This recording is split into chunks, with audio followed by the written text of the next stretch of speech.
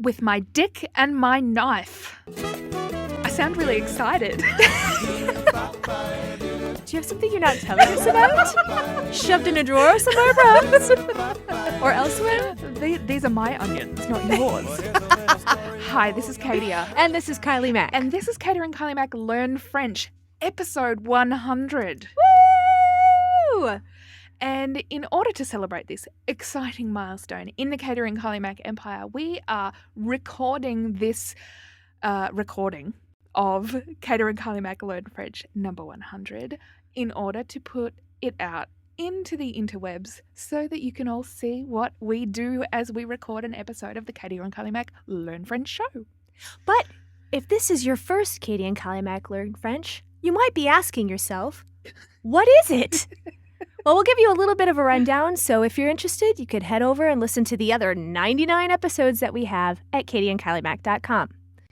Katia and Kyliemac Learn French is simply a short podcast where we take a French idiom and we break it down, translate it into the worst possible English, and then go through and explain how it's pronounced, English equivalents, French equivalents, and who you should use it with. And who you can't use it with, most importantly.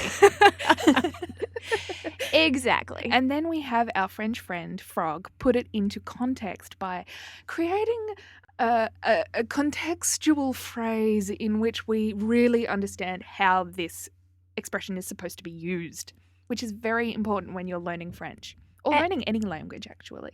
And today we've chosen a very special phrase, but they're not always so sassy. Sometimes they are. Sometimes they're worse. Let's get into the episode with my dick and my knife. Let's throw it over to Frog to teach us how to pronounce it correctly so that we can speak good French when we're talking about our dicks and knives. Avec ma bite et mon couteau. Avec ma bite et mon couteau. Avec ma bite et mon couteau. Avec ma bite et mon couteau.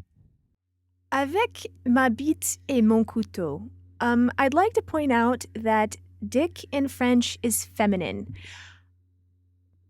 Ruminate on that for a moment. For the male member. I like that. The male member. Okay, with my dick and my knife. Avec ma bite et mon couteau. What on earth does this expression mean? Let's jump straight into the English equivalent so that we can learn exactly what this expression means and how we can say it in English. To make do. To make do with what one has got to hand. To make do with what one has got on hand. So an Australian version and an American version of this phrase. Mm-hmm. To do something with the bare essentials. With the clothes on one's back. If you will, I like that one. Mm-hmm. Mm-hmm. How else can we say avec ma bite et mon couteau in French? Because this is not exactly the most polite of expressions. Definitely And not. You may need to find other ways of saying it more genteelly. Go ahead with the first one. Se débrouiller. So to manage. Avec peu de moyens. With few means. And as I was telling you earlier, I use this expression. Well, I didn't. Oh, let me requote that. I didn't use this expression. I was explaining to some other women at the park when I was with the boys that I take care of that we were doing this podcast and we had this particular phrase, and could they help me with finding expressions and things? And they all laughed. And one of them said, "Well, a nicer way to say this is to say avec ma flûte et mon couteau." So with my flute or my recorder and my knife, rather than, a male member, so to speak. I like how you have so elegantly managed to avoid employing the D word throughout this episode so far. I am gentille. Is this the sort of expression, avec ma bite et mon couteau, that you can use with the small French children that you take care of on a daily basis? Absolutely not. Nor would I use it with their grandmother, with whom I spend some time as we kind of take care of the boys. Is this the sort of thing that you would hear them use? I better not.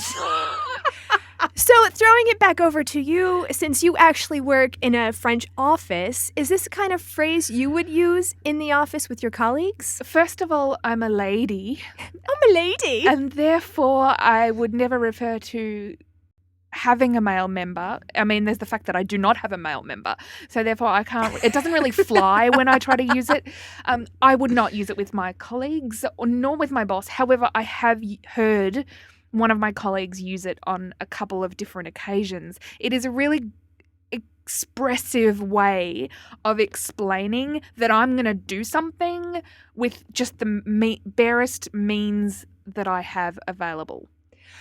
Is this something that you would use with your in-laws? Or have you heard, obviously, I'm assuming your mother-in-law hasn't used this phrase, but is this something you could use with them? I would never dare to use this with my in-laws, not in the real context that it's supposed to be used. I have used it around my father-in-law as we were doing the study for this K&K Learn French, but and he quite enjoyed it. But I should say that this expression does have my husband, the Muffin Man's, seal of approval.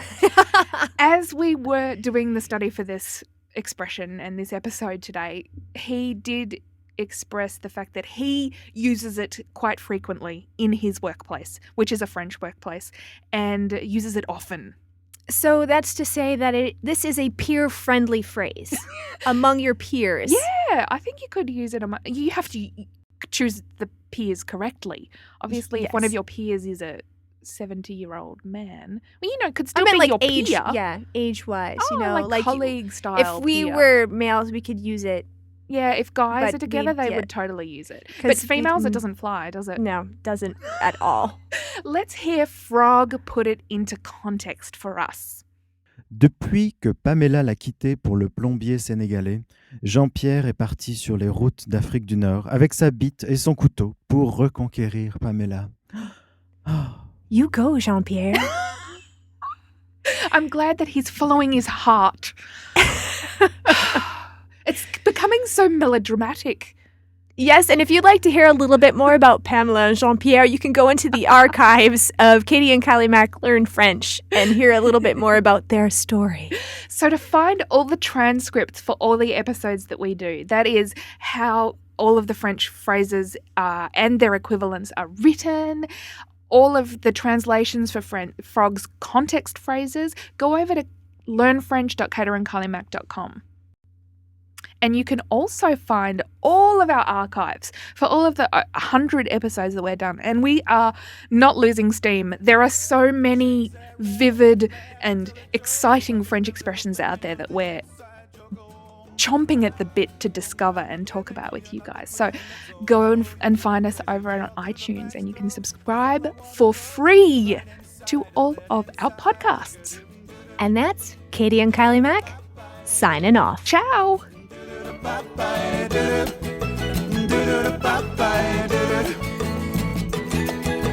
here's a little story, you might have heard it, then again you might have not heard it. If you did, you didn't get it. By getting it, I mean if I'm not going too fast, but you didn't get the point, you got the shaft.